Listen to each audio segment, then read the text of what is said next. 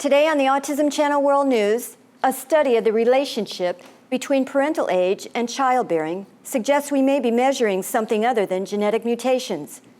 And we continue our interview with Face Value Comics creator Dave Cott. Plus two things that happen at graduations in the United States with the power to change people's views of autism. I'm Nancy Quinones with Carl Nubiel and Francisco Urena, and this is the Autism Channel World News for Saturday, June 20th, 2015.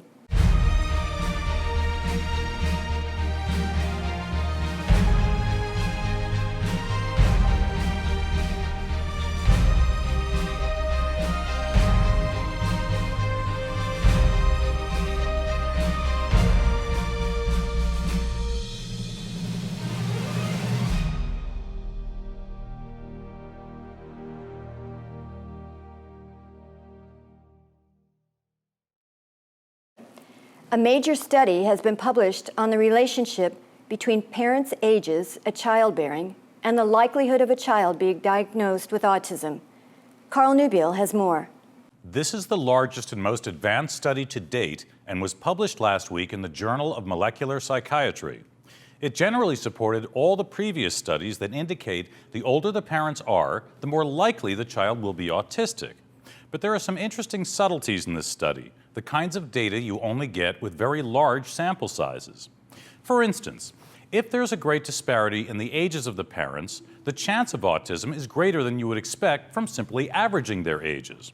This tells us there's something more complex going on than just the DNA mutations that come with age. Plus, there seems to be evidence that extremely young mothers also have a higher risk of producing autistic children. But we don't see this in all the geographic areas where the researchers had sample populations. And there's a wild card. Could we at least partly be measuring autism in the parents, which then is handed down not as a mutation, but as a trait? The authors advance the theory that we may not be measuring what we think we're measuring. What if social phobia and shyness, the kind you see in people who are often diagnosed on the spectrum, cause some parents to not form relationships early in life and then have children later in life? In selecting those parents whose social skills may have made it more difficult to find a partner, are we actually selecting parents who may themselves be on the spectrum? And if so, then what we may be finding is parents who are handing down traits that they themselves possess that only in this new generation is diagnosed as autism. The valedictorian at Marysville Arts and Technology High School in Seattle never told his classmates that he started out in a special education class. He never told them that he was sensitive to sensory stimulation or that he had trouble reading body language and received social therapy treatment early on. But when he stood up to give his graduation speech, because he graduated at the top of his class, he told them he was diagnosed with Asperger's at an early age and how he had struggled. But he also told them that everyone struggles, and it's how we face those struggles that matters. He invited many of the people who had helped him in the ASD-related therapies early on in his childhood to see him at the podium. One of his special education teachers said, "I feel he is representing a whole population of kids that often don't get represented in the best light." When we return, Francisco Urena continues his discussion with Face Value Comics creator Dave Cott, and another graduation story and a comment about what these stories mean for our community. Stay with us. We'll be right back. This is the Autism Channel World News. I'm Nancy Quinones.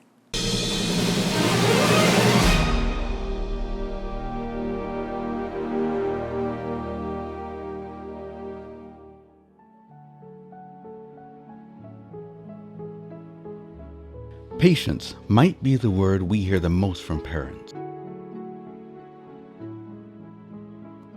My autistic child taught me patience. This is the Autism Channel.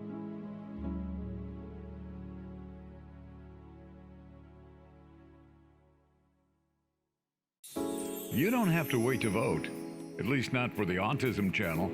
Just go to the address on your screen. Then you'll see this form. Make sure you check channel, series, or show.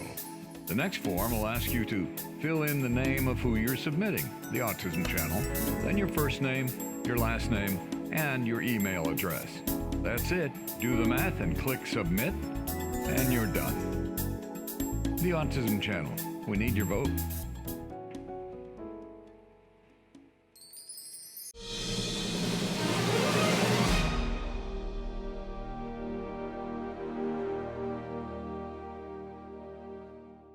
Today, Francisco Urena has part 2 of his story about an autism superhero. Last week, we talked about the huge success of Face Value Comics, which has produced the first comic book series that stars an on-the-spectrum superhero. They are now working on their 4th issue in the series. The series creator is Dave Cott, and while he has always been a fan of comic books, his education and background includes working with ASD children.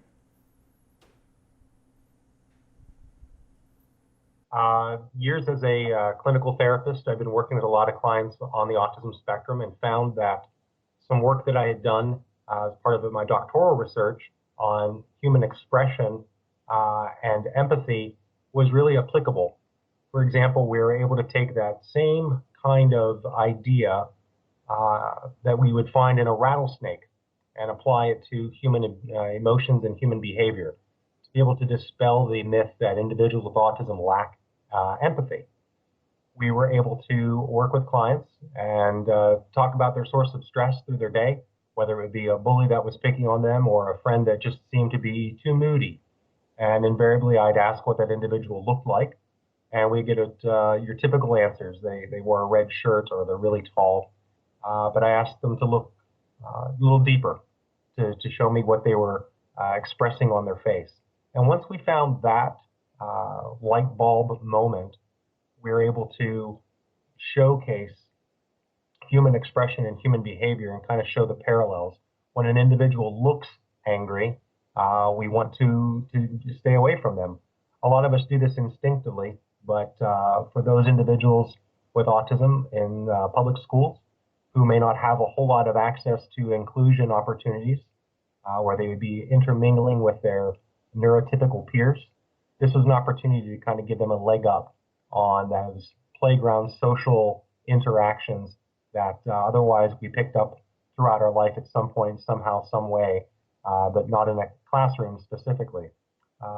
Being able to work with clients, teaching them what anger looks like, what genuine happiness was versus the stereotypical, no offense implied, Walmart greeter smile, the fake interactions of a pleasant social smile versus someone who is genuinely happy. We're able to teach the kids at actually a much faster rate and discharge the clients successfully to be able to go about and practice what they had been learning. The science by Dr. Paul Ekman has been well vetted in about 25 years of peer-reviewed literature. We have to understand the accommodation for somebody who might be have a facial paralysis, but once we're able to understand that, we can compensate for it. But this has been, in my mind, a very good tool to be able to use with clients that we then turned and froze those same expressions, things like anger, sadness, fear, surprise. We froze those expressions on a static page, then added some aliens and robots and some outside resources too. I can't hide my academic roots. I always am reminded to cite my sources. I didn't want this comic book to be just my views on a particular topic.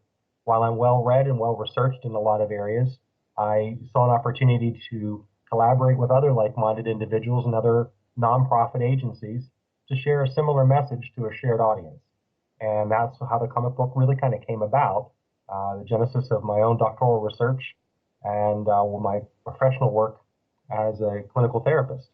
I have to say that the facial action coding system outside of my family and friends has been the single best coping strategy for me to understand social situations. As an adult, I went through a very bad time in my life, and going to doctors to try to assist me in my recovery for that. I identified and said, Dave, do you know you're autistic? And I said I could see some things, but after taking some assessments and talking with my therapist and doctors, received an adult diagnosis of autism myself. Dave Cott, the creator of Face Value Comics, which are now available in digital form at the address below me. We'll talk with him again when the next edition of the comics is released, which will address a very important but rarely discussed subject: sexual abuse of people on the spectrum. We've all heard about dedicated siblings who not only assist with brothers and sisters on the spectrum, but some who even become primary caregivers all the way through adulthood. In Birmingham, Alabama, a brother and sister are just such siblings. Allie has spent her life helping her twin brother Anders, age 18. She's done it since they started school together. Through her efforts, Anders has gained the respect of his classmates in the school. She and Anders would be graduating high school, and little did anyone know that Allie was determined that Anders would walk across the stage with her to accept a diploma. Because Anders cannot speak and is wheelchair-bound, no one anticipated that could happen. But the two of them had created a unique way to communicate, like a secret code only they knew. The moment came at graduation. Allie's name was called, and she accepted her diploma, but then Anders' name was called. The audience did not know that Anders had been wheeled to a spot on stage behind a curtain. His sister then helped him with the short walk to receive his diploma. The audience gave them both a standing ovation. Stories like these remind us that we as a society are moving forward, maybe just one emotional story after another. But what better way for us to grow? That's the Autism Channel World News for Saturday. For our news team and everyone at the Autism Channel, join us again as we continue to unlock the wonders of autism.